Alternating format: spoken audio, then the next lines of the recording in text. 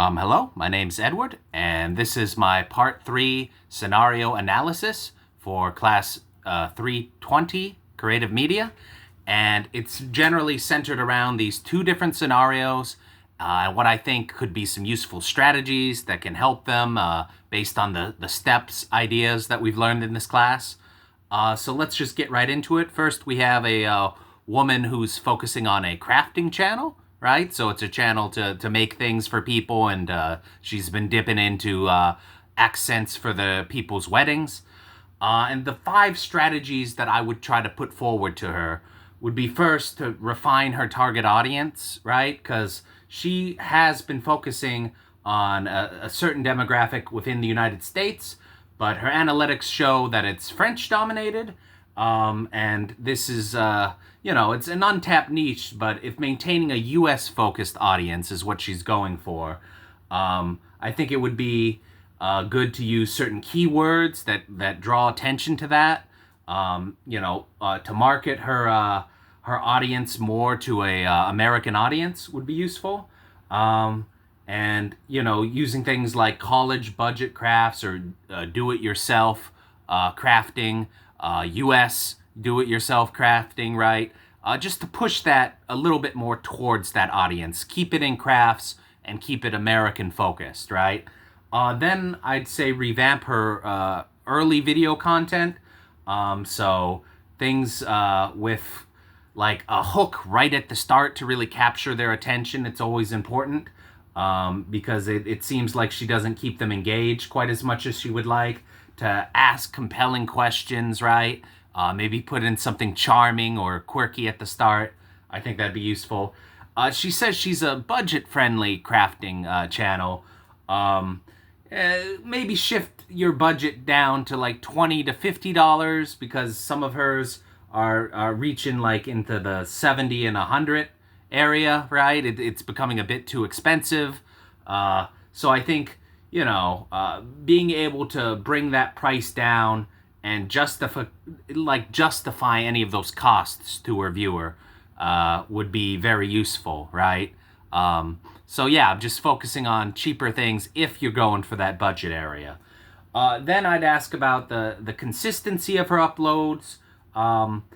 If she committed to a posting schedule, say like Tuesday and Fridays, to align with the peak of YouTube traffic, understanding these trends and tailoring your content in such a way, and especially to the part of the world you want to target, would be really useful for that sort of thing. And I guess next I would say the diversity cross-promotion would be useful. So Instagram and TikTok, these are pretty useful sites to get your message across and really help you reach people. I think that could be useful. By expanding the platforms you have, you can potentially exponentially boost your audience, right? And like it all comes together. Each one of these has their own values to them that I think could really help her content and work on some of her weaknesses, right? So next, I guess I would go on to this generalized YouTube channel. So this guy is from Hawaii. He's somebody from the islands here, right? And he's well-established gaming channel, but it's kind of generalized content. He doesn't have any specific audience that he's shooting for, right? And he wants to like promote his content further out there. So my recommendations would be have a focus. So that means addressing content that is relevant, things that are popular, that capture people's imagination. So I'd say like polling his audience via community posts would be a very useful way to get that out there and kind of grab them.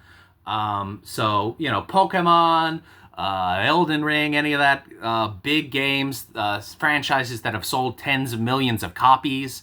I think that's what you really want to be looking for here, right? And, new content that have fandoms and like established audiences that you can kind of bandwagon on. Next, I'd say restoring consistent schedules. Returning to the Wednesday, Saturday upload scheme would reestablish viewer expectations, right? And using the analytics, you could kind of optimize that.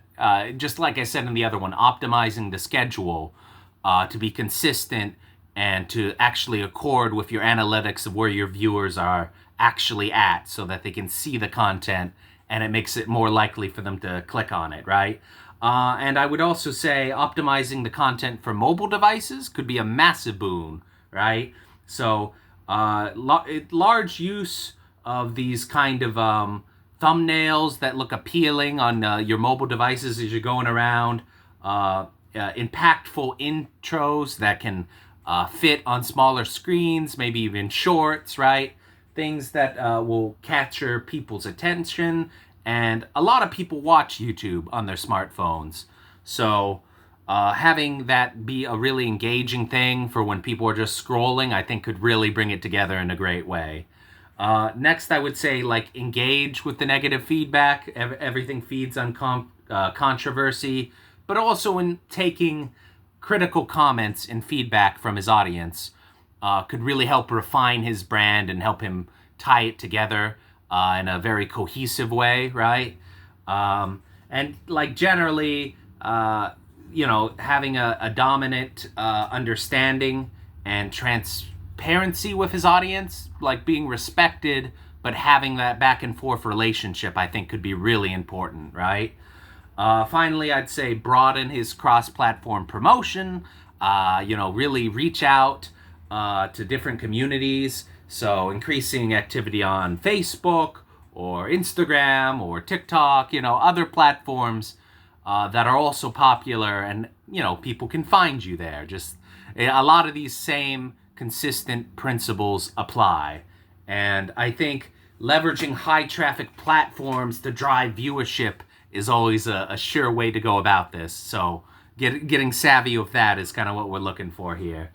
So both creators prioritize or should prioritize a data-driven approach to the content they're already doing. They both have strengths and weaknesses, but all in all, I think it's something that both of them can improve greatly on. And thank you. That was my presentation. This has been Edward Bolton for CM-320, and I thank you so much for watching.